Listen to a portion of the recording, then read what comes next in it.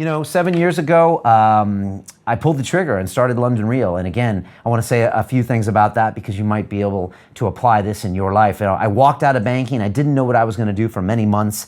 I was following Joe Rogan and what he was doing. And Joe wasn't even on YouTube back then.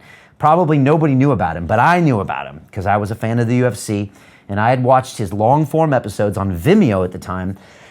And they were so cathartic to me. You know, I remember watching them and they just made me feel so connected to other men and for long-form conversations and ideas, and it was a really powerful moment. And so I started London Real, and that was in October of 2011, coming up on our 7-year anniversary.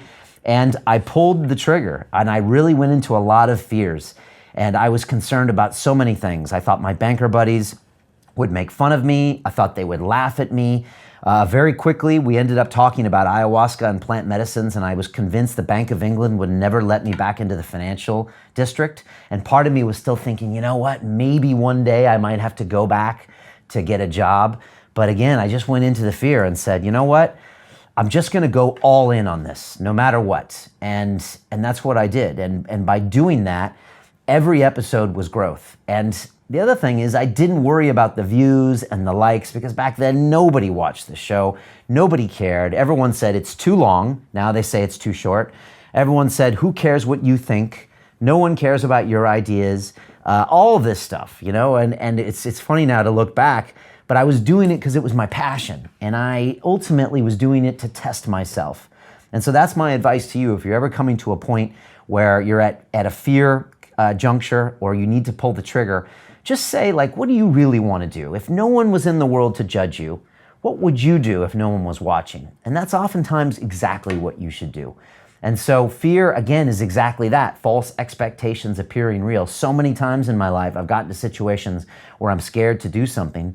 And once I pull the trigger, I find that 95% of that was nonsense. It was these phantoms in my brain that caused me to play small. And once I realized that fear, it's just a false vision of the world, and you can blast right through it, whether it's public speaking or building a business or starting a family or having kids. I thought those were going to be scary moments, and they were interesting, but they were nowhere near as prohibitive as I thought they would be. And so stop living your life for other people. That's the biggest lesson here. Because most of the times they don't care anyways, and they move on with their own lives. And if you try to live for the approval of others, you're going to be very unhappy and very depressed. And I did that for a long time in my life. I no longer do that. I love coming in here and creating media and making the movies and changing the lives of my students. And if you all are watching, well, God bless. But if you're not, I'm gonna keep doing it. And so that's the way I look at my life, and that's what I would say to all of you.